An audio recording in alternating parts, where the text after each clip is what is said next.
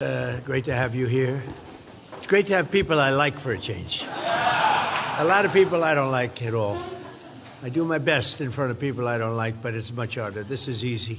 That was easier than I thought. Then I call up France, Macron, whose wife treats him extremely badly. And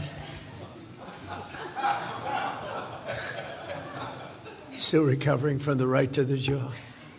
And I say, Emmanuel, we'd love to have some help in the Gulf, even though we're setting records and knocking out bad people and knocking out ballistic missiles.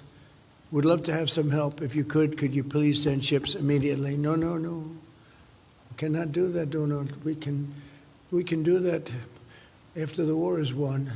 I said, no, I don't need after the war is won, Emmanuel. Many of them said, we'll be there after the war is completed.